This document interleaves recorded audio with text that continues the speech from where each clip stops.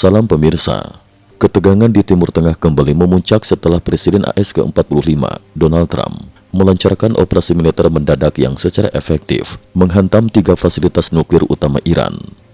Dalam hitungan hari, bukan pekan, Iran terkejut dan komunitas internasional terkecoh. Di balik layar, langkah ini menimbulkan efek domino. Rezim Iran kian terdesak, sementara Tiongkok sekutu utama Iran diam-diam mulai mengubah sikap terhadap Amerika Serikat. Membaca strategi Trump bukan hanya kata-kata, tapi aksi nyata.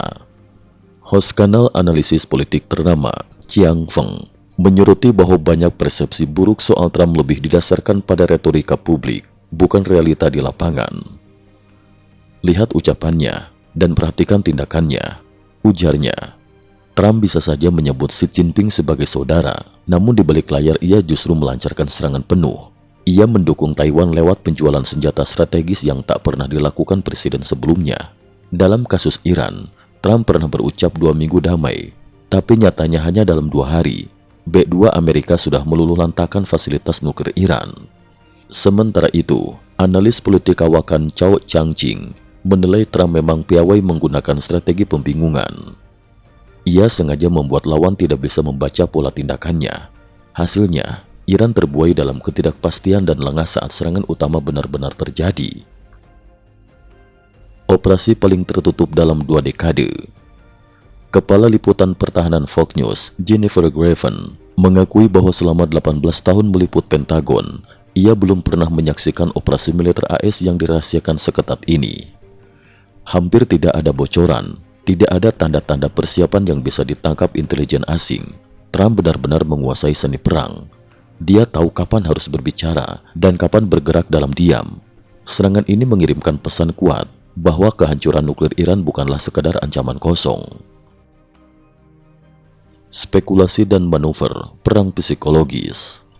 Di jagat maya, intelijen dan analis pasar keuangan ramai memperdebatkan strategi Trump. Salah satu komentar yang viral menyebut, dunia tertipu Trump. Dia bilang beri waktu 2 minggu, tapi hanya 2 hari. 3 fasilitas nuklir Iran sudah hilang. Bahkan ketika media memberitakan 4 pesawat B-2 berangkat ke timur jauh, ternyata itu cuma pengalihan. Aksi utamanya justru dilakukan diam-diam ketika pasar keuangan tutup. Jika Iran tak mampu membalas dalam 2 hari ke depan, Senin pagi pasar saham dunia bakal langsung menguat. Ini strategi luar biasa. Krisis Iran, rezim Khamenei di ujung tanduk. Serangan mendadak AS yang diduga juga melibatkan dukungan intelijen Israel langsung mengguncang pusat kekuasaan Ayatollah Ali Khamenei. Beredar video di media sosial yang diduga menampilkan Khamenei dengan cedera lengan setelah dikabarkan keluar dari persembunyiannya akibat dampak bom Israel. Pemerintah Iran sendiri masih bungkam dan membatasi informasi publik. Kondisi di dalam negeri pun kian genting. Sistem komando militer dan koordinasi pemerintahan disebut-sebut mengalami disrupsi berat. Para pejabat senior Iran dikabarkan mulai mengontak negara-negara tetangga untuk mencari jalur pelarian jika situasi benar-benar di luar kendali. Efek domino, kewaspadaan tinggi di Beijing. Dampak serangan ini tidak hanya mengguncang Teheran, namun juga Beijing. Tiongkok yang selama ini dikenal sebagai sekutu utama Iran, terlihat mulai mengubah nada hubungan dengan AS. Media Tiongkok ramai memberitakan pertemuan mendadak antara Menteri Keamanan Publik Tiongkok, Wang Xiaohong dengan Duta Besar AS di Beijing, Nicholas Burns. Berbeda dari biasanya, Wang Xiaohong secara terbuka menawarkan kerjasama kepada AS dalam pemberantasan narkoba ilegal dan deportasi imigran gelap, isu yang selama ini kerap dipakai Tiongkok untuk mengkritik AS. Namun kali ini nada pernyataannya lebih kooperatif dan menekan eskalasi.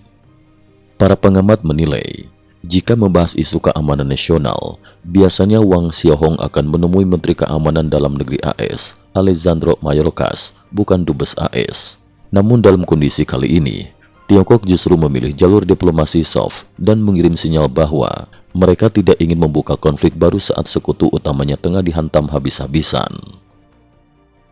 Perang opini dan tuduhan perang narkoba. Sementara itu, ketegangan juga merembet ke isu narkoba.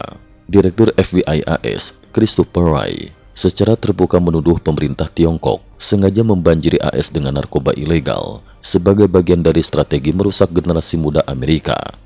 Tuduhan ini menurut pengamat Chow Xiaohui membuat Beijing sangat waspada. Apalagi Rai adalah pejabat tinggi intelijen sehingga publik menilai tudingan tersebut tidak sembarangan. Chow menegaskan, sikap kooperatif yang kini ditunjukkan Beijing merupakan sinyal kuat bahwa PKT tengah mengurangi permusuhan terhadap AS.